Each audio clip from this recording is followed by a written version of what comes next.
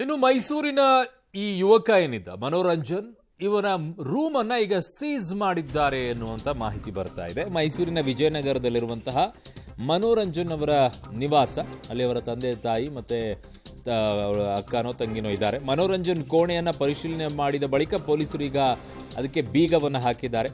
ಮನೋರಂಜನ್ ಬಗ್ಗೆ ಮಾಹಿತಿ ಮತ್ತು ಬ್ಯಾಂಕ್ ಖಾತೆಯ ಬಗ್ಗೆ ವಿಚಾರಣೆಯನ್ನ ಮಾಡ್ತಾ ಇದ್ದಾರೆ.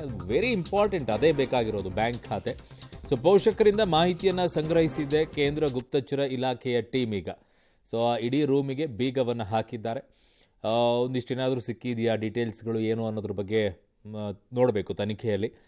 ಸದ್ಯಕ್ಕೆ ಬೇಕಾಗಿರುವಂಥ ಇಂಪಾರ್ಟೆಂಟ್ ಏನು ಅಂತಂದರೆ, ನಿನ್ನೆಯಿಂದ ಪದೇ ಪದೇ ಹೇಳ್ತಾ ಇರೋದು, ಅವನಿಗೆ ದುಡ್ಡು ಎಲ್ಲಿಂದ ಬರ್ತಾ ಇತ್ತು ಅಷ್ಟೇ.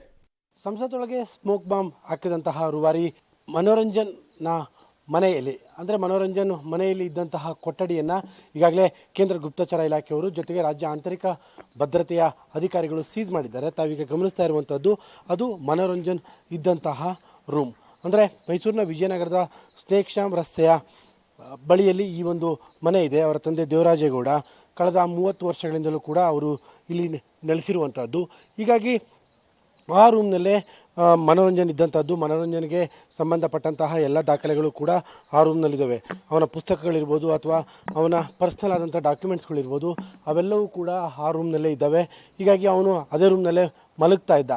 ಈ ಕಾರಣಕ್ಕೋಸ್ಕರವಾಗಿ ಆ ರೂಮ್ನಲ್ಲಿರುವಂಥ ಎಲ್ಲ ಕಡತಗಳನ್ನು ಅಧಿಕಾರಿಗಳು ಪರಿಶೀಲನೆ ಮಾಡಿಕೊಂಡು ಫೈನಲ್ ಆಗಿ ಈಗ ಆ ರೂಮ್ಗೆ ಬೀಗವನ್ನು ಹಾಕ್ಕೊಂಡು ಆ ಬೀಗವನ್ನು ಕೂಡ ತೆಗೆದುಕೊಂಡು ಹೋಗಿದ್ದಾರೆ. ಒಂದು ಹಂತದಲ್ಲಿ ಅದರಲ್ಲಿ ಕೆಲವೊಂದಿಷ್ಟು ದಾಖಲಾತಿಗಳನ್ನ ತೆಗೆದುಕೊಳ್ಬೇಕು ಅಂತೇಳಿ ಅವರ ತಂದೆಯೂ ಕೂಡ ಪೊಲೀಸ್ನವರ ಬಳಿಯಲ್ಲಿ ಕೇಳಿಕೊಂಡಂಥ ಸಂದರ್ಭದಲ್ಲೂ ಕೂಡ ಪೊಲೀಸರು ಅದಕ್ಕೆ ನಿರಾಕರಿಸಿದ್ದಾರೆ. ಸದ್ಯಕ್ಕೆ ಇಡೀ ರೂಮನ್ನು ಜಪ್ತಿ ಮಾಡ್ತಾ ಇದ್ದೇವೆ, ಹೀಗಾಗಿ ಯಾವುದೇ ಹಂತದಲ್ಲೂ ಕೂಡ ಬೀಗವನ್ನು ತೆಗೆಯುವಂಥದ್ದು, ಕಿಟಕಿಯ ಮೂಲಕವಾಗಿ ಒಳಗಡೆ ಇನ್ಯಾವುದಾದ್ರು ವಸ್ತುಗಳನ್ನ ತೆಗೆದುಕೊಳ್ಳುವಂಥದ್ದು ಯಾವುದನ್ನು ಕೂಡ ಮಾಡಬಾರ್ದು ಅನ್ನುವಂತಹ ಕಟ್ಟಪ್ಪಣೆಯನ್ನು ಕೂಡ ನೀಡಿ ಈಗ ಅಂತಿಮವಾಗಿ ರೂಮನ್ನು ಜಪ್ತಿ ಮಾಡಿದ್ದಾರೆ.